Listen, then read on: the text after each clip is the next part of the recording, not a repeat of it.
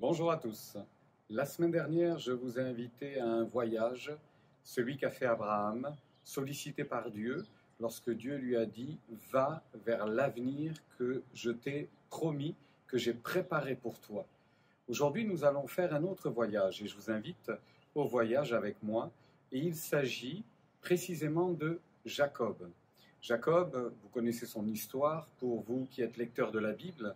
Jacob a connu un pèlerinage compliqué toute sa vie. Une grande partie de sa vie a été marquée par les conflits, les disputes, les secrets.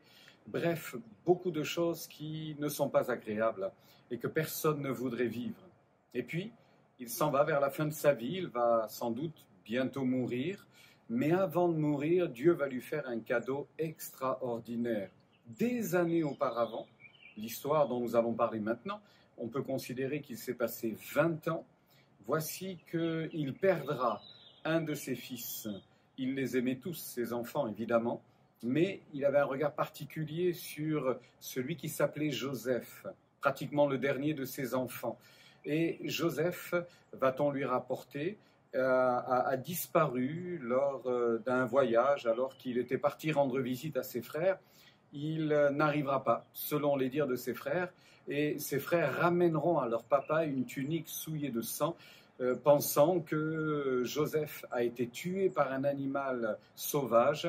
Jacob va vivre avec ce sentiment de perte douloureux et il se dit « je mourrai avec cette tristesse ». Et puis vous connaissez sans doute l'histoire, c'est que Joseph, bien évidemment, n'était pas mort, mais avait été vendu.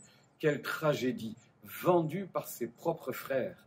Il s'est retrouvé en Égypte et là, par des circonstances vraiment miraculeuses, il s'est retrouvé patron pratiquement de toute l'Égypte, juste en dessous du pharaon. Et puis les années vont passer.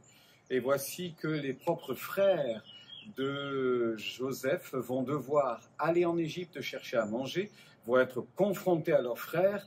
Et Joseph, après plusieurs situation, va se révéler à ses frères et va leur dire « C'est moi, votre frère Joseph, ce que vous aviez médité en mal, Dieu l'a changé, Dieu l'avait médité en bien pour vous sauver aujourd'hui. Allez, rentrez à la maison, allez vers mon père Jacob et faites-le venir vers moi. » Lorsque les propres frères de Joseph redescendent donc chez eux et annoncent à leur père Jacob, vous imaginez bien la réaction, ils annonceront à leur père Jacob que son fils, celui qu'il a tant aimé, qu'il a tant chéri et qui malheureusement est mort dans des circonstances tragiques, eh bien il est vivant. La Bible dit que le cœur, à ce moment-là, de Jacob resta froid, rempli de tristesse et de faiblesse. On ramène le chagrin passé, que c'est douloureux. Et puis, Joseph avait pris soin de donner à ses frères des chars, pas mal de biens, beaucoup de choses pour qu'on réalise que, évidemment, ce n'était pas que des mots, mais il était réellement vivant. Et puis, la Bible dit qu'il va se passer quelque chose d'incroyable, et c'est dans ce voyage que je vous invite pour terminer. Il nous est dit que, voyant les chars, voyant les biens, voyant tout ce que ces enfants ont ramené de l'Égypte, la Bible dit que l'esprit de Jacob s'est réveillé. L'esprit de Jacob s'est réveillé. Son cœur était chargé de faiblesse. Quand il est dit qu'il resta froid, il faut comprendre la tristesse, la faiblesse, comme une mort intérieure. Et voici que son esprit reprend le dessus, sa foi reprend le dessus, et il va dire une parole extraordinaire, « Mon fils est vivant, j'irai et je le verrai ».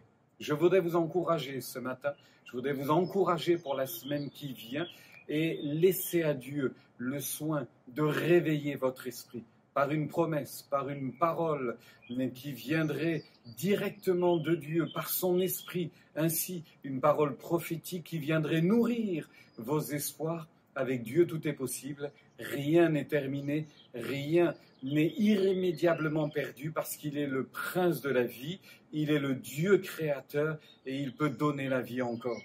Voici comment Jacob est revenu à la vie, son esprit s'est réveillé. Comprenez par là que le découragement s'en est allé, la mort a disparu. C'est comme une résurrection, il est revenu à la vie. lorsqu'il a réalisé que réellement son Fils était vivant. Eh bien pour nous, celui qui nous a ramenés à la vie est vivant. Ce Jésus sauveur, précieux, est revenu à la vie et il nous a entraînés dans la vie après lui.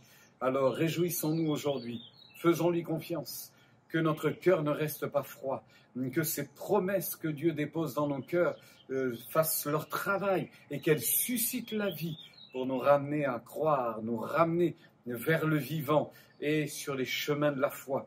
À Dieu tout est possible, il guérit encore aujourd'hui, il sauve encore aujourd'hui, même si 20 ans sont passés, il sauve encore aujourd'hui, il guérit encore aujourd'hui, même si la mort a atteint tous les organes de notre vie, Dieu peut ramener la vie miraculeusement à notre être faible. Alors que Dieu vous encourage, qu'il fortifie votre âme et votre cœur, qu'il vous donne d'espérer.